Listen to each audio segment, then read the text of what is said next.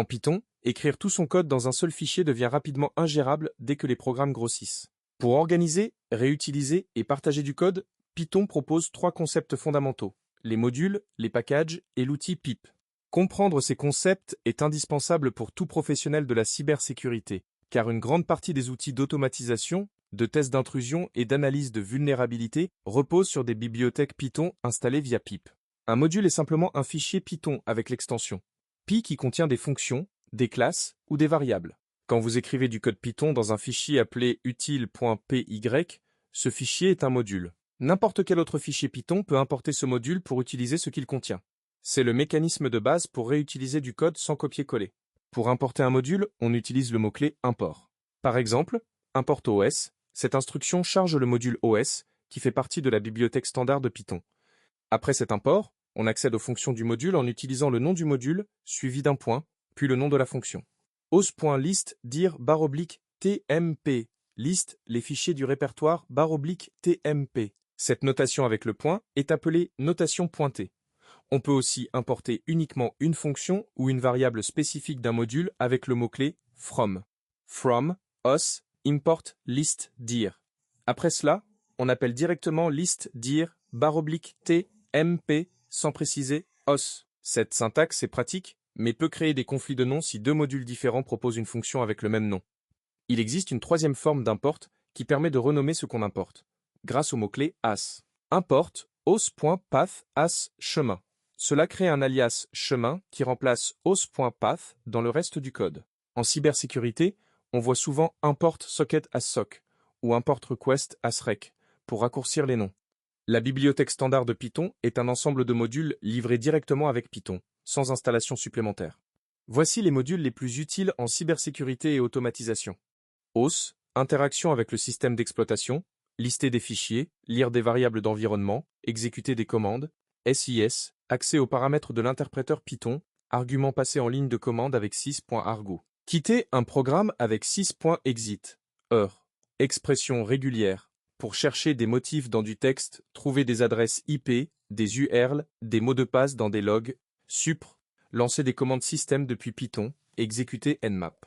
Curl ou tout autre outil en ligne de commande. Socket, communication réseau bas niveau, créer des connexions TCP/UDP, scanner des ports, HLib, calcul d'empreintes cryptographiques, MD5, SHA-256. Utile pour vérifier l'intégrité de fichiers. JSON, lire et écrire des données au format JSON, très utilisé dans les API web. Datim, manipulation de date et d'heure, horodater des événements dans un log. Pathlib, manipulation moderne des chemins de fichiers. Alternative à os.path. Logging, générer des logs structurés dans une application. Exemple concret avec le module supopos, très utilisé en automatisation sécurité. Import superviseur. Résultat égale supervisor.run nmap sv 192.168.1.1 capture-output égale true, texte égale true. Print résultat. .stoda. Ce code lance nep depuis Python, capture la sortie et la fiche. C'est la base de nombreux scripts d'automatisation de tests de pénétration. Un package est un dossier qui contient plusieurs modules Python. Pour qu'un dossier soit reconnu comme un package par Python, il doit contenir un fichier spécial appelé init.py, qui peut être vide. Ce fichier signale à Python QLi-dossier est un package importable. Par exemple, si vous avez la structure suivante, mon-outil, ini.py, scanner.py, analyseur.py. Vous pouvez importer les modules du package ainsi.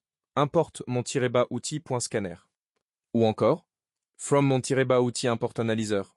Cette organisation en package est utilisée par presque toutes les grandes bibliothèques Python, Request, Scapy, PKA, Cgest. Chacune est structurée comme un ensemble de packages et de modules organisés hiérarchiquement. Pip est le gestionnaire de paquets officier de Python. Son nom signifie Pip Installs Packages. Il permet de télécharger et d'installer des bibliothèques tierces publiées sur le dépôt central Pipi. Python Package Index, accessible à l'adresse pipi.org. Pipi héberge des centaines de milliers de bibliothèques créées par la communauté Python mondiale. Les commandes pip les plus importantes à connaître. Pip install undo paquet, installe une bibliothèque. Exemple. Pip install requests installe la bibliothèque requests pour faire des requêtes HTTP. Pip install undo paquet égale version, installe une version précise. Exemple. Pip install request égale 2.28.0. Pip uninstall nom du paquet, désinstalle une bibliothèque. Pip list affiche toutes les bibliothèques installées et leurs versions. Pip show nom du paquet affiche des informations sur une bibliothèque installée, version, auteur. Dépendance, pip freeze affiche la liste des bibliothèques installées dans un format adapté à l'exportation. Pip install rr-requirements.txt installe toutes les bibliothèques listées dans un fichier requirements.txt. Le fichier requirements.txt est un fichier texte qui liste les bibliothèques nécessaires à un projet, une par ligne, avec optionnellement leur version. Exemple de contenu. Requests = 2.30 et 1.0. Scapy = 2.5.0. Python mmap = 0.7.1. Ce fichier est la convention standard pour partager les dépendances d'un projet Python. Dans un contexte DevSecOps, ce fichier est analysé automatiquement par des outils d'analyse de composition logicielle, Software Composition Analysis, pour détecter des bibliothèques vulnérables. Un point critique en cybersécurité, toutes les bibliothèques disponibles sur Pipi ne sont pas sûres. Des attaques de type typo-squatting existent. Un acteur malveillant publie une bibliothèque avec un nom très proche d'une bibliothèque populaire. Par exemple, requête au lieu de request, pour piéger les développeurs qui font une faute de frappe. Avant d'installer une bibliothèque inconnue, il faut vérifier son nombre de téléchargements, son auteur, son dépôt de code source et la date de sa dernière mise à jour. Les environnements virtuels sont fortement recommandés quand on travaille avec Pip. Un environnement virtuel est un dossier isolé qui contient une installation Python indépendante avec ses propres bibliothèques installées. Cela évite les conflits entre les versions de bibliothèques requises par différents projets sur la même machine. Pour créer un environnement virtuel, Python, mvenv, mon-bas. Env. Pour l'activer, sous Linux et macOS. Source, mon-bas, env bin activate. Pour l'activer sous Windows. Mon-bas, enver /inversé, script /inversé, activate. Une fois activé, toutes les commandes pip n'affectent que cet environnement isolé. Pour désactiver, déactiver. Voici les bibliothèques tierces les plus utiles dans un contexte cybersécurité et DevSecOps. Requests, faire des requêtes HTTP facilement, tester des API, envoyer des charges utiles, automatiser des interactions web, SCAP, créer, envoyer et analyser des paquets réseau, scan de port, forge de paquets, analyse de trafic. Python Nmap, interfacer Nmap depuis Python pour automatiser des scans réseau par Amico, connexion SSS depuis Python, automatiser l'administration de serveurs, cryptographie, chiffrement, déchiffrement, gestion de certificats PIGE-DEV-IW, générer et valider des JSON Web Tokens. Utile pour tester les failles d'authentification. Beautiful Soup. 4. Analyser et extraire des données de pages HTML, reconnaissance, scraping, Flask. Créer rapidement des applications web légères. Simuler des serveurs pour des tests, Poké. Écrire et lancer des tests automatisés. Essentiel en DevSecOps pour les tests de non-régression, Bandit. Analyser le code Python à la recherche de vulnérabilités connues, analyse statique.